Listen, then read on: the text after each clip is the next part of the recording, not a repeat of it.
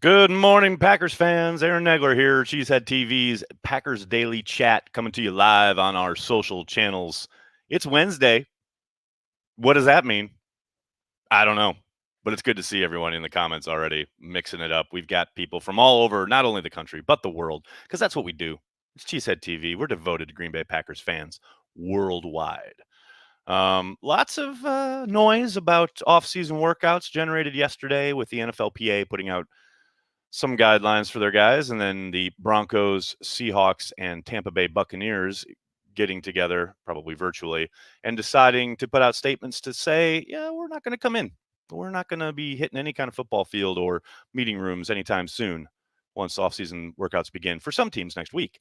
It's going to be interesting to see how the Packers and their players respond to this and how they operate, seeing as they are by far the team with the most workout bonuses structured into their contracts. Zadarius Smith probably has the largest one in the league. I believe it was around $750,000. Aaron Rodgers has a significant one, etc. Now, there's no penalty for, say, not showing up for those workouts. You just simply forfeit that money. You don't get that bonus. Are the guys going to be willing to go that route? Or whoever, however many guys there might be with workout bonuses in their contracts? I obviously haven't gone on a deep dive into every single contract of all 90 players, but you have to think it's going to be an interesting conversation if and when Packers players convene to discuss whether they want to attend anything happening in person at 1265 Lombardi. Now, we don't know if Matt LaFleur and the coaching staff and the Packers in general are going to say, hey, look, we're having in-person workouts, meetings, etc. We expect you to be here. That is not exactly a foregone conclusion.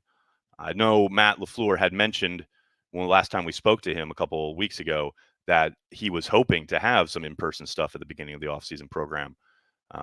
But that doesn't necessarily mean that he's dead set on doing that. We'll see. We'll see how it plays out. It's just something to monitor here in the next couple of days, because I have to think the Packers, as a collection of players, will have to come up with some kind of maybe not a statement, but at least an agreement amongst themselves about what they want to do. Hello to everybody in the comments. Good to see everybody. Hope you're all doing well. TKM, glad to see you at your post. David starts us off with the super chat. What's up, man? Thanks for the super chat. Thanks for the support. Do you see bye weeks starting week 5 this year with 17 game seasons, so they're not playing 14 straight weeks? I would hope. Yeah, I mean, that's a really good point. The idea of having a week 3 bye and then having to go on this baton death march would just be not appealing whatsoever. I would be very surprised if they didn't do exactly that, David. Now, the league has baked in that, taking away the 4th preseason game, that is now supposed to be a de facto bye week, although they'll still be in the facility, still practicing. So is it really a bye week? After that 3rd preseason game, they have a week off before the season begins. But yeah, I would be very surprised if there were week 3 buys. Well, we'll hopefully get some kind of clarity here when the schedule is released, which I expect to happen probably in the next couple of weeks. I would think the week leading up to the draft is when I'd expect the league to release it, if they follow what they've done in past pre-pandemic years. JC Treader just wants to help with the Packers cap. That's a good point, Brandy. Former Packer trying to do us a solid. I like it. Michael, thank you for the super chat. The Hall of Fame voters who voted to put Ray Guy in the Hall need to take a timeout of their self-righteous Edelman takes. Edelman ain't it either, but shh. There's a lot going on there, Michael. I think most of the people who put Ray Guy in the Hall probably have little to say about Edelman. Now, everybody knows Edelman's not a Hall of Famer. Come on. That's just online BS gossip nonsense. Generates clicks. That's all that is. But Ray Guy, 1 billion percent deserves to be in the Hall. Get out of here with that nonsense. Big Cheese, thanks for the super chat. Hey, Nagler, hope you are well. I am well, Big Cheese. I hope you are as well. You think Adams' contract gets done before the season, and you think it's more likely we go corner or offensive tackle in the first round? I like it when people get the 2-for-1 in there. See you. Contract gets done for the season. Yes, I'd be absolutely shocked if they don't extend Adams prior to the season. Also, yesterday, right as I was winding down the chat, I saw a comment. Someone said something akin to Jair and Adams may not want to re-sign if the Packers don't recommit to Aaron Rodgers, to which I say, that's adorable. Man, the money is green no matter what. When the Packers show it to them, they're going to sign on the dotted line. Make no mistake about it. Like, yes, they have. Adams specifically has a very close relationship with Aaron Rodgers. But if the Packers back up the Brinks truck, ain't no way he's saying, yeah, I don't know, you guys and Aaron Rodgers, I'm not sure. He is signing the contract. Same with Jair. Jair's going to get paid big time. Packers aren't letting him walk. And then nothing with Aaron Rodgers or Jordan Love is going to change that. People, you got this is not high school. Oh, as for your second question, more likely we go corner or offensive tackle in the first round. More likely, probably offensive tackle, but that doesn't mean much. It really depends on how the board falls. But if I had to bet on either one of those positions, I would say offensive tackle because I think there'll be better players available there, a better tier of player available at tackle than at corner. But that's, again, total guesswork, not having any clue of how that board is going to fall. It happened at Cleo's. Good to see you at trivia yesterday, buddy. Trivia is rigged. I demand a recount. Just kidding. Good to have trivia back. I'll be back for revenge today. Man, you made a push. You made that push. I think you got up to number 2 yesterday. I was impressed. And then you fell off. But hey, man, I can't help it if my questions are too tough as it goes on. Got to study up, son. No, I'm kidding. It was great to see you, buddy. And I continue to say this is one of the greatest handles on YouTube ever in the history of man. Because let me tell you, I've seen a bunch of shit happen at Cleo's. No doubt about it. Preston, thank you for the super chat. Help, Kenny, up front. Everything starts up front and oftentimes can compensate for what's lacking in the secondary. But we have a solid secondary, though. I agree, Preston. I agree. I've been saying it all offseason. I'm going to continue to say it all offseason. I'll say it into the season. I don't care. Get Kenny some help. Couldn't agree more. Let's see what else we got here, folks. What else we got? What would it take for the Cheesehead TV Brigade to get you to grow a Chris Jackie mullet? A bottle of Pappy's. You guys send a bottle of Pappy's to the studio. I will grow a mullet. There you go. Matt Mamba, Edelman's postseason accomplishments are already highlighted in the Hall of Fame. No need to force him into the Hall of Fame. That's a fair point, Matt. Man, why my light just hate me? My light just hates me. I swear to God. Hates me, I tell you. They're running Kenny Clark into the ground. I tend to agree, Matt, because they have to keep him out there, right? It's not like he can take plays off because then you're in real trouble and going to get gashed. We need more long snappers. They have 2. Come on now. 2 more weeks of reading mock drafts. Ugh. Oh, basic username. You ain't lying, man. That shit is. Ugh. I hear you. Rodgers in jeopardy, baby. Okay. I'll say it. Who else is sick of it? Who else is just sick of it? I mean, it's great. I'm really happy he's doing it. I'm really happy he's having a good time. And in and of itself, him doing it is awesome. And it sure looked like he had a ball filming it. And, whoever watches Jeopardy, I'm sure is enjoying it. But holy shit, the coverage of it. Oh, my God. PackersNews.com had 3 in a row. 3 articles in a row about Rodgers on Jeopardy. Make it stop. We get it. We know he's hosting Jeopardy.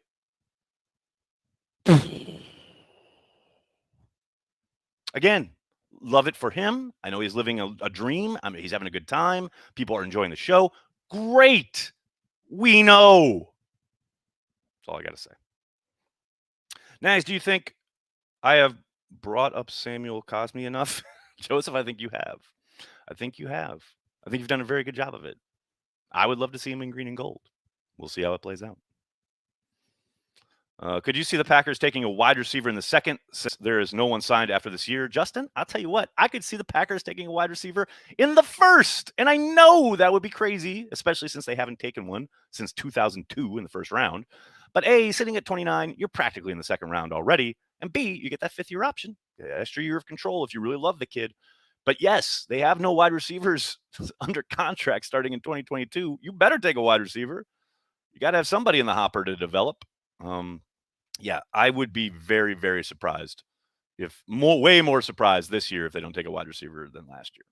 No question about it. But I don't expect them to take one early. I do expect them to wait on it because it is, again, a very deep wide receiver class. So, yeah, I tend to think probably not even second round. I would think probably day 3 is when I think wide receiver will come off the board for the Packers. But we'll see.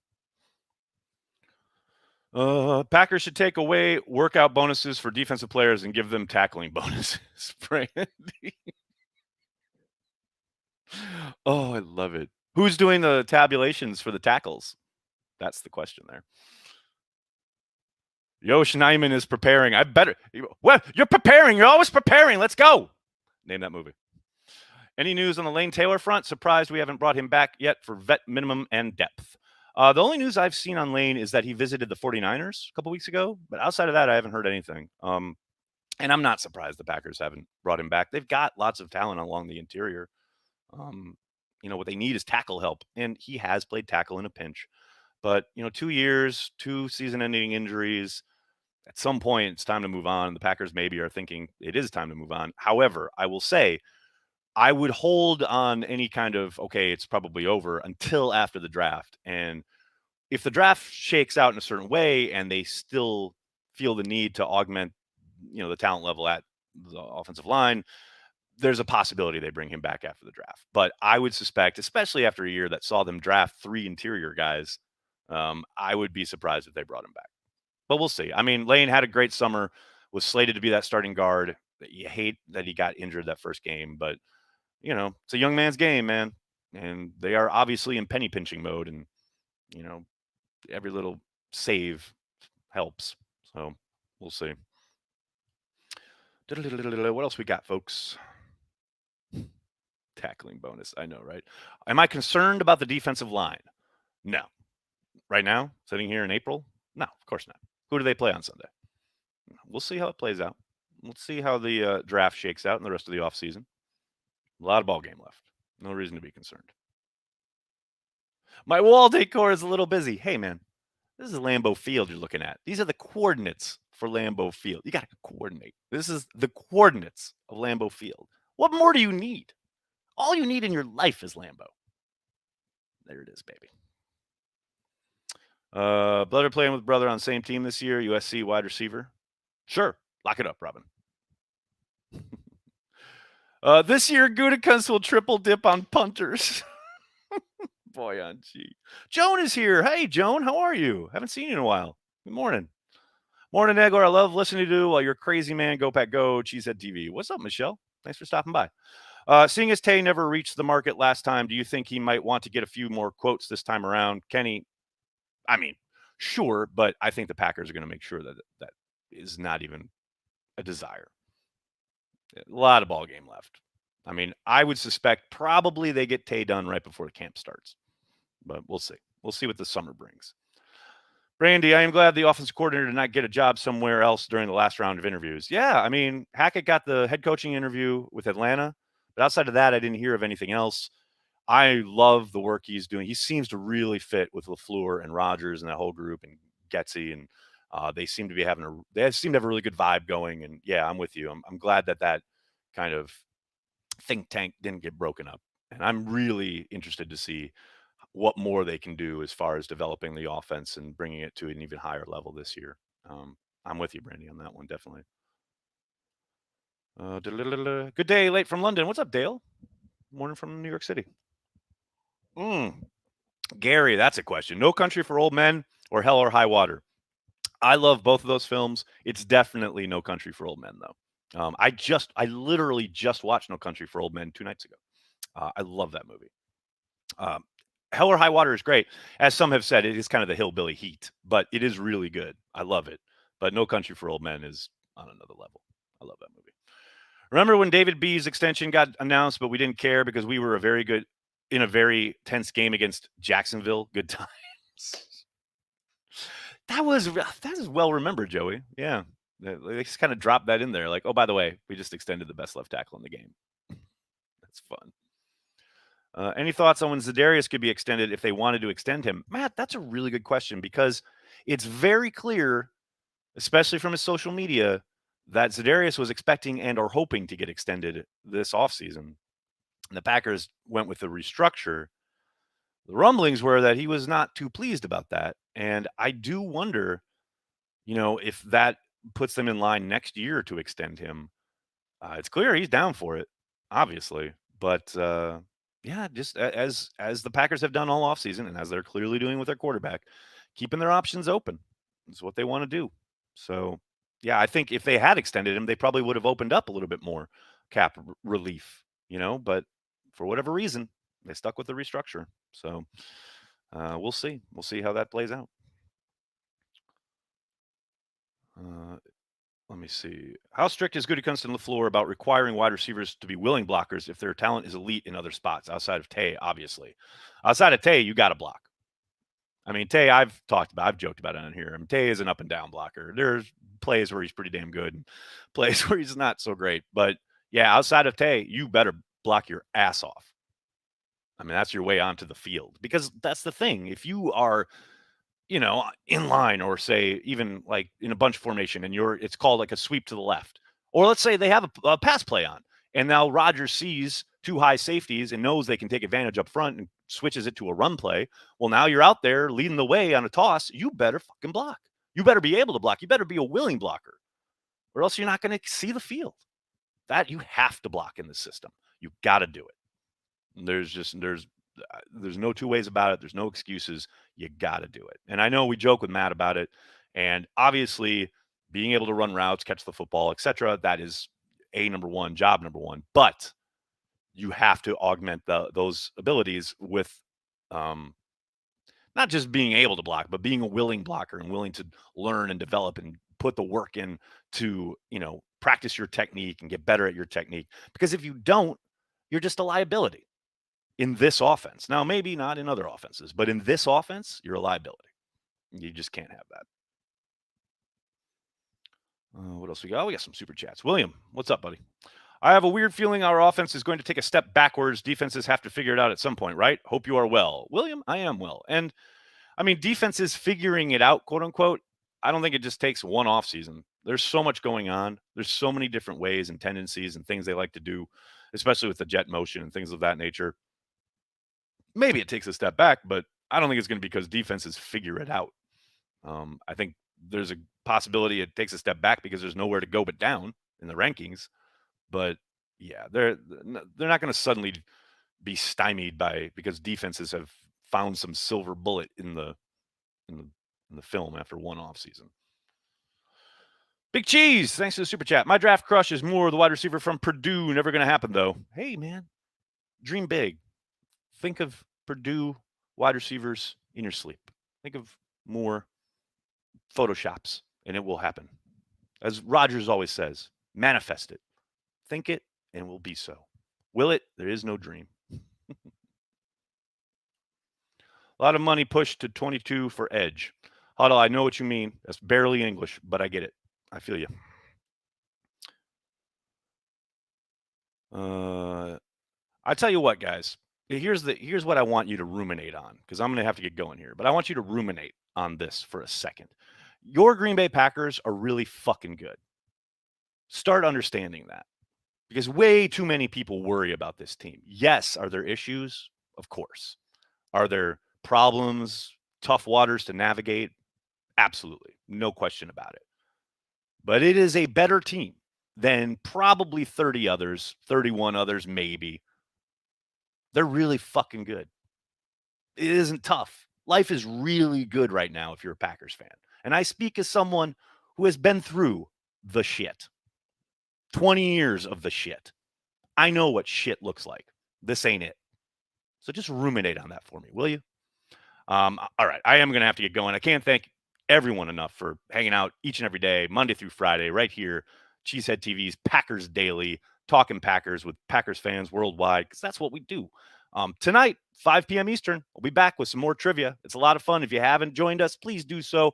It's just a lot of fun. That's all it is. It ain't too serious. It's a good time. Tonight at 6, we'll have our Patreon happy hour. If you haven't jumped on Patreon yet, please consider doing so. All we ask is $5 a month. It supports everything we do with the brand. It really helps us a lot. It really supports everything we do with Cheesehead TV. And hell, the happy hour is always a ball. And keep this in mind. Patreon members are going to be once again invited on our Zoom call during the live stream of the draft. And this year we are doing all 3 days, not just the first round, all 3 days of the draft. We'll be hanging out, watching the draft together, shooting the shit, talking ball, having a good time. And hey, we'll have a bunch of really fun special guests stopping by throughout the proceedings. So if you are a Patreon member, you can look forward to that. You can always watch the proceedings on YouTube. It's going to be a lot of fun. And not only on YouTube, but you can watch it on Facebook. You can watch it on Twitch. We're going to be everywhere for the draft. It's going to be a lot of fun. In the meantime, please just hit like on this video, subscribe to the channel, tell your friends, tell your family. Cheesehead TV, we are devoted to Green Bay Packers fans worldwide. Thanks a lot, everybody. Have a great day. Go Pack Go.